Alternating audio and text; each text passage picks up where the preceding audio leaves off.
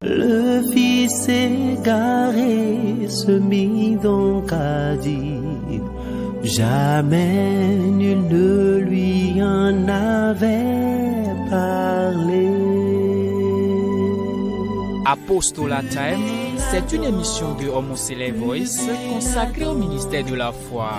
Apostolat Time, c'est la parole de Dieu par un oint de Dieu pour le peuple de Dieu. Apostolat Time, c'est le salut. C'est le salut. Bien-aimés en Christ, avec téléspectateurs de Homocélé Voice, nous voici encore devant vous aujourd'hui pour le thème de la semaine intitulé « Apprenons à connaître les richesses dont nous disposons, elles sont intarissables ». Nous allons implorer la présence de Dieu parmi nous, Jéhovah, Jésus-Christ, Saint-Michel, Éternel Dieu Tout-Puissant, descend en ce moment. Dispose-nous à pouvoir écouter ta parole, à pouvoir annoncer ta parole au nom puissant de Christ. Amen. Amen. Amen. Au nom de notre Seigneur Jésus-Christ. Bien-aimés en Christ, amis téléspectateurs de Homocélé Voice, nous voici encore devant vous aujourd'hui pour déceler le thème de la semaine intitulé « Apprenons à connaître les richesses dont nous disposons, elles sont intarissables ». Bien-aimés en Christ, c'est quoi une richesse? La richesse, c'est l'ensemble des valeurs des biens que dispose un agent économique. L'ensemble des valeurs des biens que dispose un agent économique. On a tant par agent économique, un ménage, un foyer, une société, un groupuscule, c'est-à-dire un groupe de personnes, pourquoi pas une nation.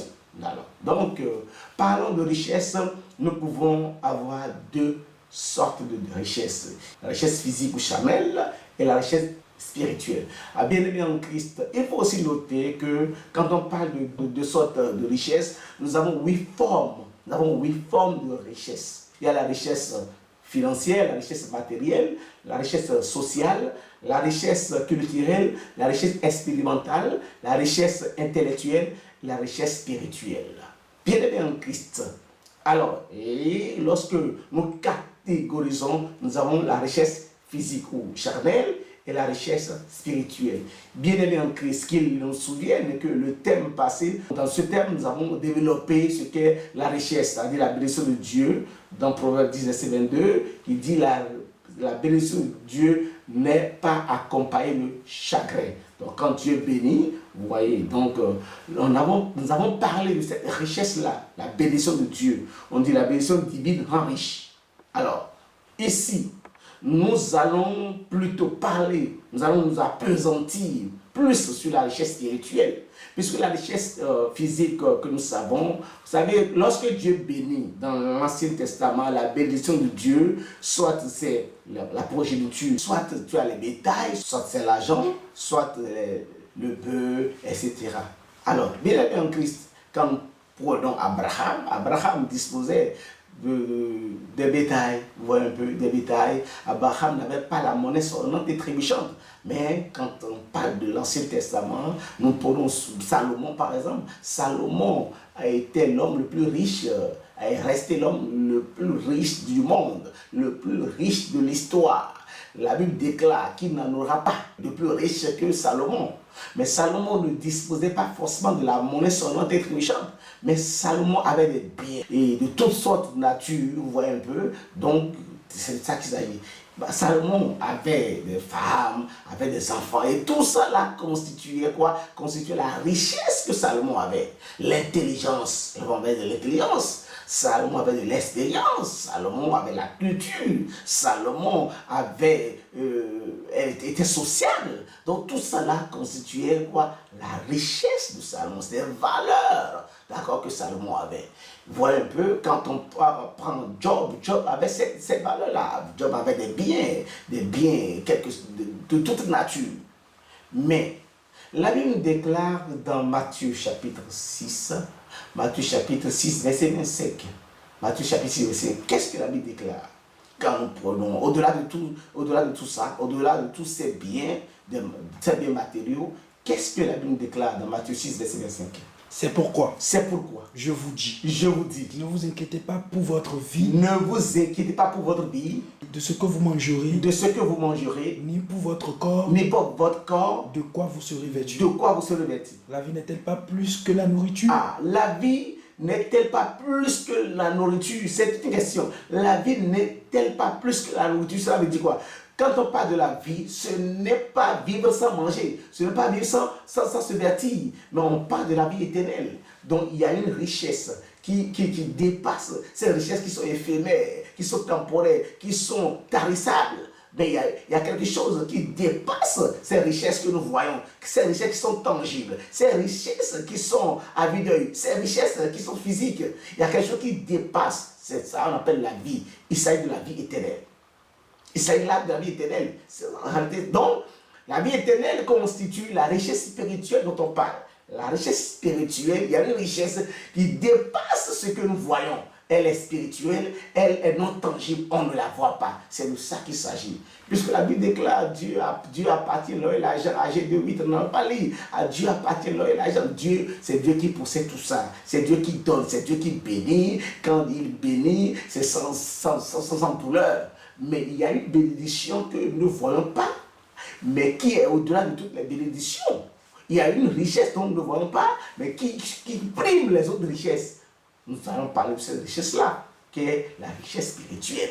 Bien aimé, il faut comprendre que ce terme vient en prélude de l'anniversaire de l'Église du Christianisme céleste. L'Église du Christianisme céleste fête son 16e anniversaire. L'Église a son 16 ans de vie. L'Église est née en 29 septembre 1947. Donc, l'Église en 2023 fête son 16e anniversaire. C'est de ça qu'il s'agit. C'est pourquoi le CCS nous invite à faire un bilan, d'accord, des richesses que nous disposons. C'est pourquoi le thème dit: apprenons à connaître les richesses dont nous disposons, elles sont intarissables. Il s'agit des valeurs intrinsèques que dispose l'Église céleste. C'est de ça qu'il s'agit. Bien aimé en Christ, il faut comprendre aussi dans quel contexte l'Église est venue. L'Église est venue dans quel contexte? C'est de ça qu'il s'agit aussi. L'Église est venue, quand est-ce que l'Église est venue? Bien aimé en Christ, il faut que nous comprenions cela. Toi qui te dis que tu sais tout, tu n'as pas encore connu comme il le faut. 1er Corinthiens chapitre 8 verset 2. 1er Corinthiens chapitre 8 verset 2.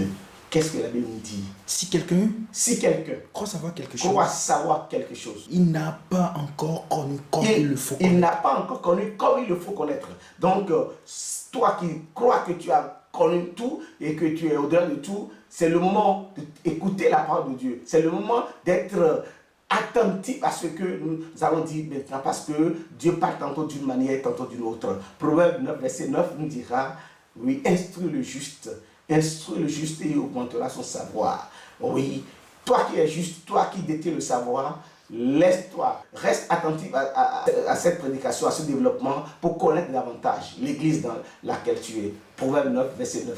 Donne aux sages. Et il deviendra plus sage. Instruis le juste. Et il augmentera son savoir. Bien-aimés en Christ, nous devons caricaturer le contexte dans lequel l'Église du Christ est venue. L'Église est venue parce que nous adorons Dieu. Nous adorons Dieu comme cela se doit. Mais lorsque nous avons des difficultés, lorsque nous sommes dans les épreuves, lorsque nous sommes éprouvés, lorsque nous sommes dans les difficultés, lorsque nous connaissons de la maladie, lorsque nous connaissons des difficultés, nous retournons vers les forces diaboliques, vers les forces sataniques, nous retournons vers les forces charlatanistes, et en ce moment, nous détournons notre regard de Dieu. Et c'est pour cela, lorsque les hommes meurent, ils ne voient plus la face de Dieu. C'est pourquoi Dieu a dit à Papa Ochofa: tu vas construire une église dans laquelle on n'adorera que Dieu seul. C'est de ça qu'il s'agit. Alors l'église est venue pour que nous adorons Dieu, uniquement Dieu, Dieu seul.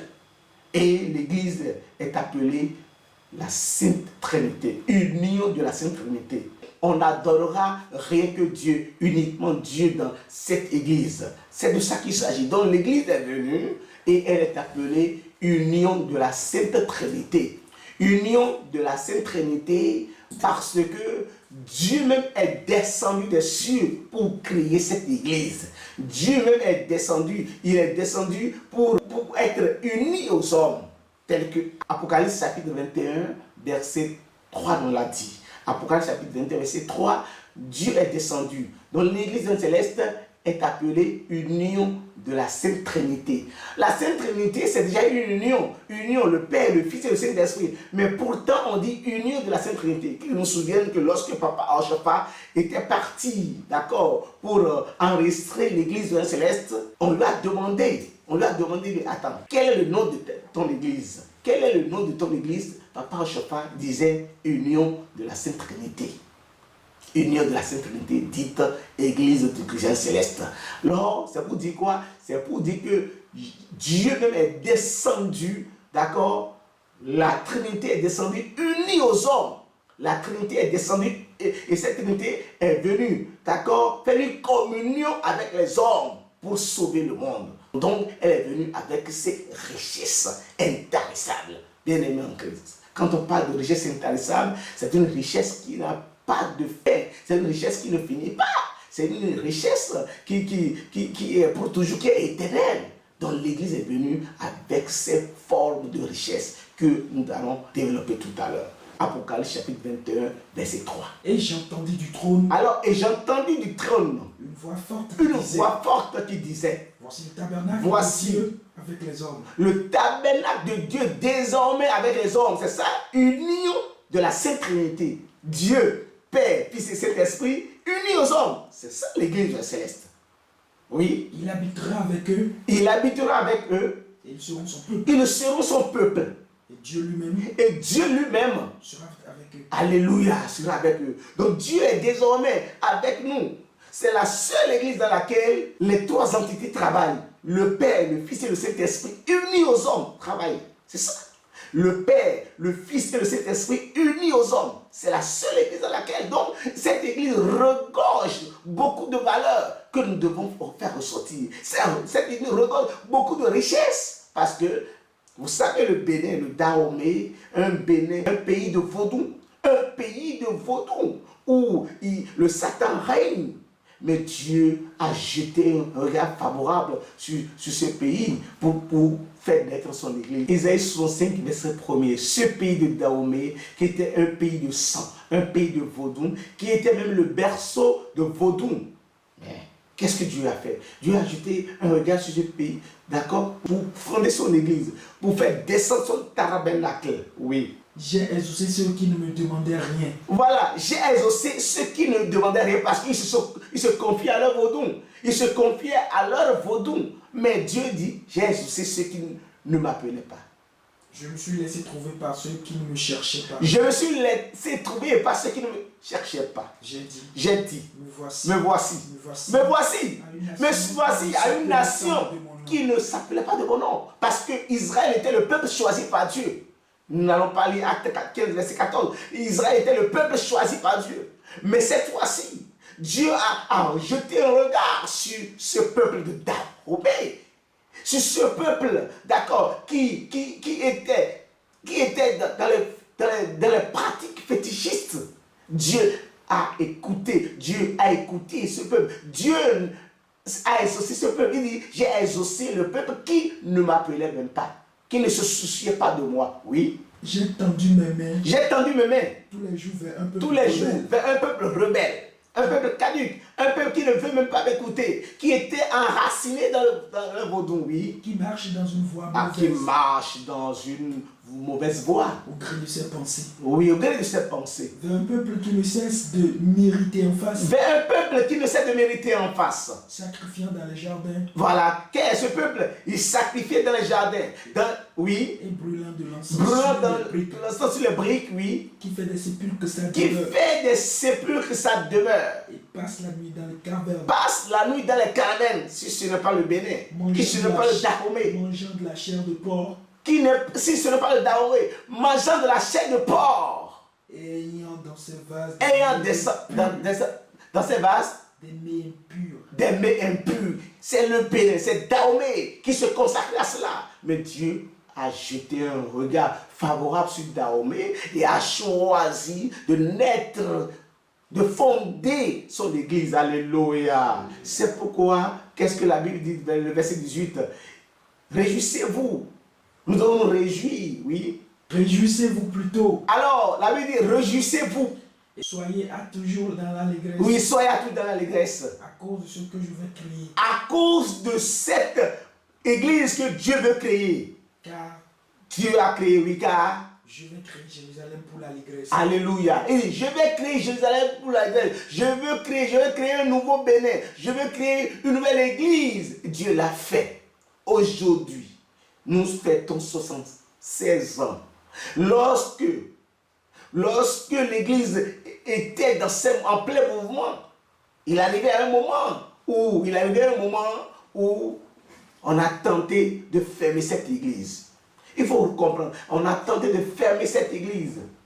Ce qui était passé avec Pierre, après Jésus-Christ, lorsque Pierre prêchait la bonne nouvelle, acte 5, le verset 34, 37, 38, on a enfermé Pierre et les apôtres. Et il dit de ne plus prononcer le nom de Jésus-Christ. Oui, nous avons assisté à cela dans les années 81-82, ici au Bénin.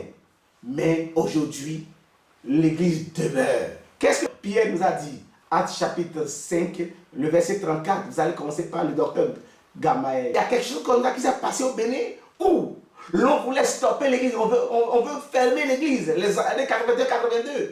Mais regardez, lorsque Pierre était emprisonné, on l'avait mis en prison pour dire de stopper, de ne plus parler même de Jésus-Christ, de ne plus parler de cet homme-là. Qu'est-ce qui s'est passé? Il y a un docteur qui s'est soulevé et leur a fait comprendre quelque chose. Oui, mais un pharisien nommé Gamaël, docteur de la loi, estimé tout le peuple, oui, estimé de tout le peuple, se leva oui, dans le Sanhédrin, et ordonna de faire sortir un instant les apôtres.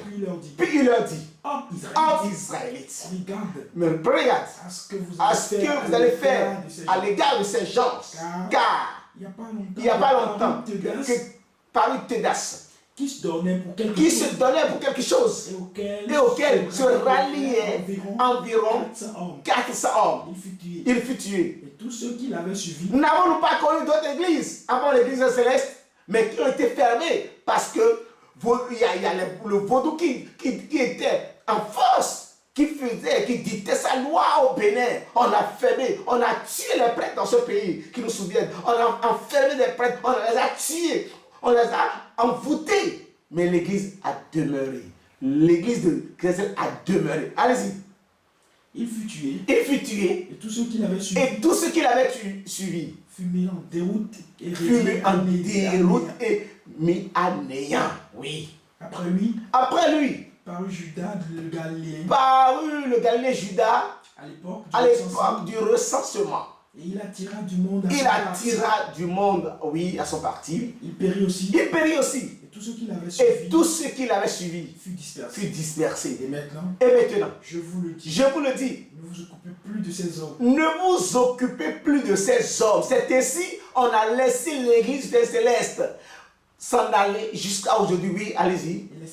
Laissez-les aller. Si cette entreprise, si cette église de dite union de la Sainte Trinité, ou cette église céleste vient des hommes, elle se détruira. Mais si elle vient de Dieu, vous ne pourrez pas la réduire. Vous ne pouvez pas la réduire. Alléluia. Et ne prenez pas le risque de combattre Dieu. Alléluia. Ne courez pas le risque d'avoir combattu contre Dieu. Alléluia. Mais on a tout fait. L'église est demeurée. L'église est demeurée jusqu'à aujourd'hui où on fête son 16 ans de l'église.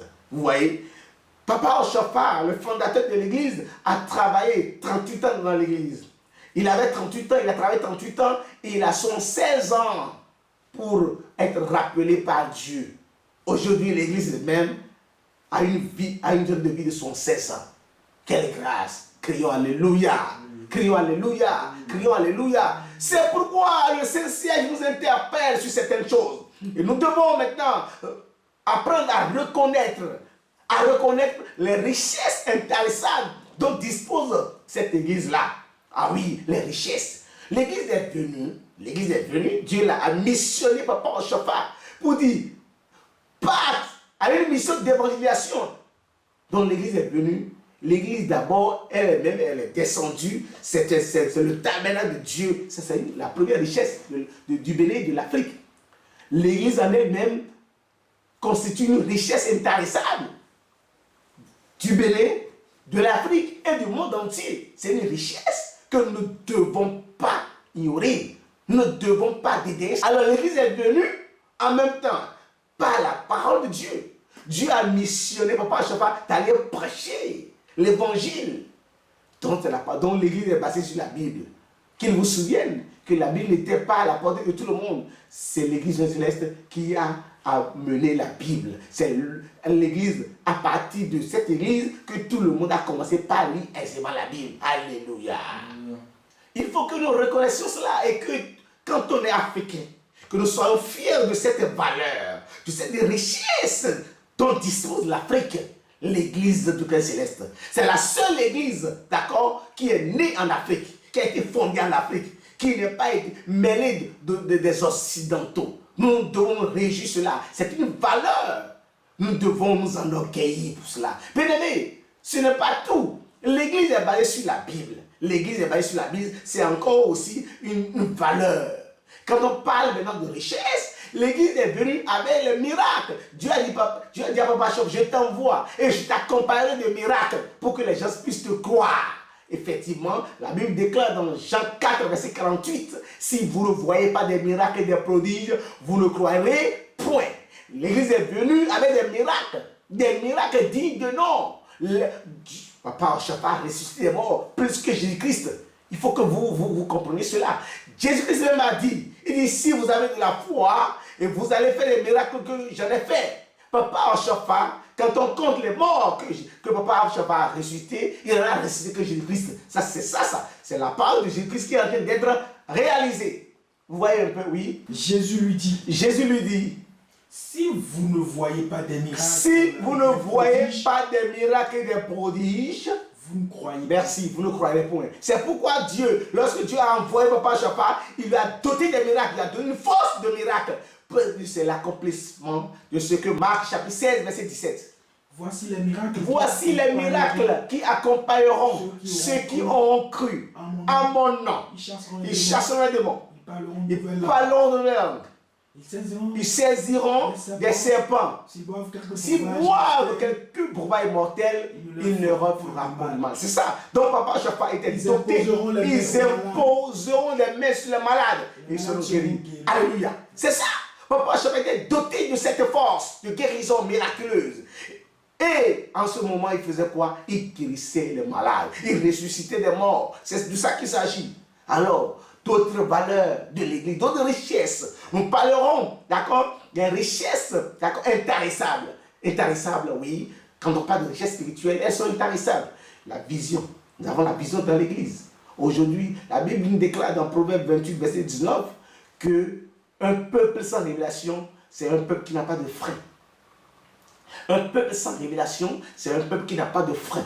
Aujourd'hui, quand les gens ont des problèmes, quand les gens veulent consulter Dieu, on vient vers l'Église. On vient vers l'Église et on demande à consulter Dieu. C'est ce qui se faisait dans 1 Samuel 9, 9. Proverbe 29, verset 18. Quand il n'y a pas de révélation, le peuple est sans frein. C'est bon. Quand il n'y a pas de révélation, le peuple est sans frein. Donc quand on veut consulter Dieu, on vient dans l'Église céleste. C'est les valeurs intrinsèques que nous avons. C'est la richesse que nous avons dans l'Église. C'est la richesse que l'Afrique a. C'est la richesse que l'Église céleste a. Nous devons la faire valoir. Nous devons promouvoir cela. Quand on parle de la prière, ça fait partie de l'Église céleste. Vous voyez un peu, quand on parle, l'Église est venue avec sa doctrine où nous avons l'ordre du culte, les rituels, les rites de l'Église. Nous avons l'ordre du culte. Vous voyez un peu, les prières journalières. Nous avons aussi le culte que nous faisons en semaine, les 5 cultes de la semaine.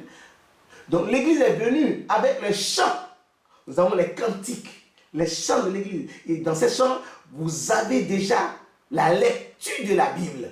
Quand vous chantez ces chants spirituels, ça révèle déjà tout ce que la Bible dit.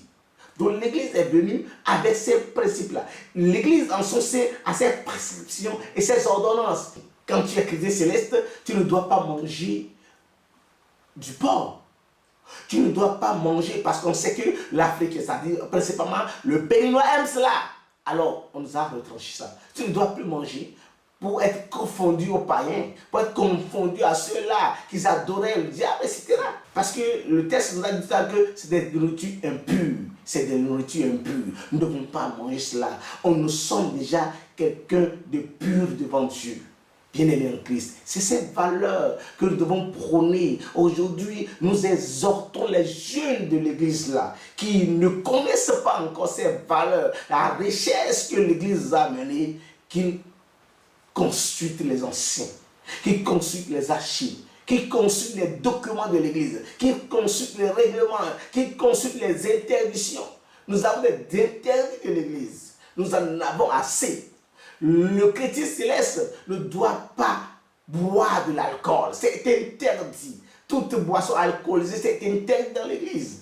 Et c'est ça qui fait notre force. C'est ça qui fait la différence. C'est ça qui est la richesse que nous avons. Un peu, c'est ça qui fait de nous des hommes riches. C'est pourquoi nous interpellons, nous exhortons la jeunesse d'aujourd'hui qui ne cesse de se confondre au monde par leurs pratiques. Jérémie chapitre 6, verset 16 à 17.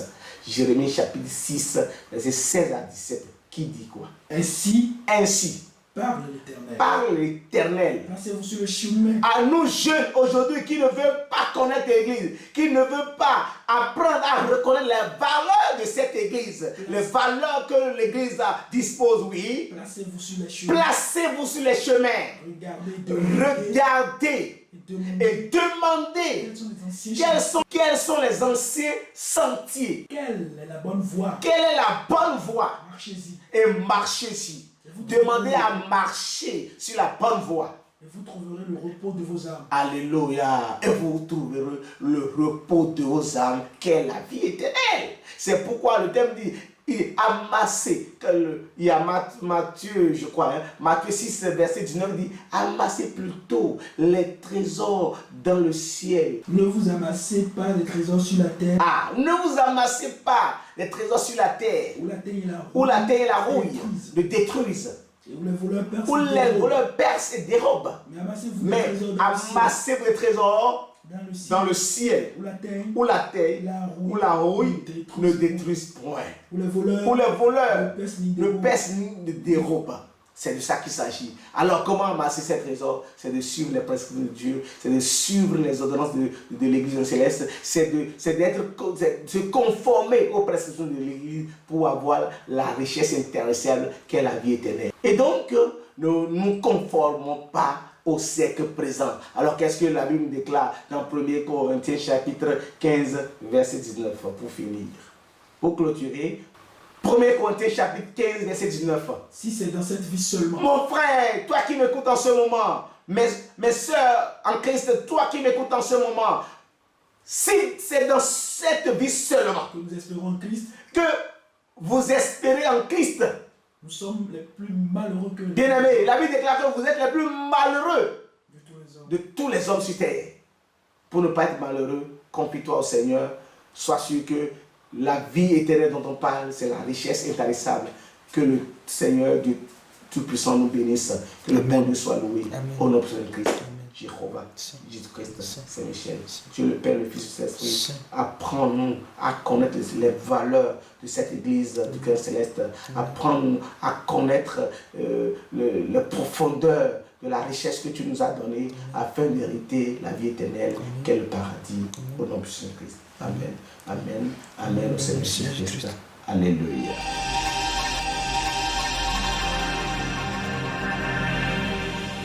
Le fils égaré se mit donc à dire, jamais nul ne lui en avait parlé.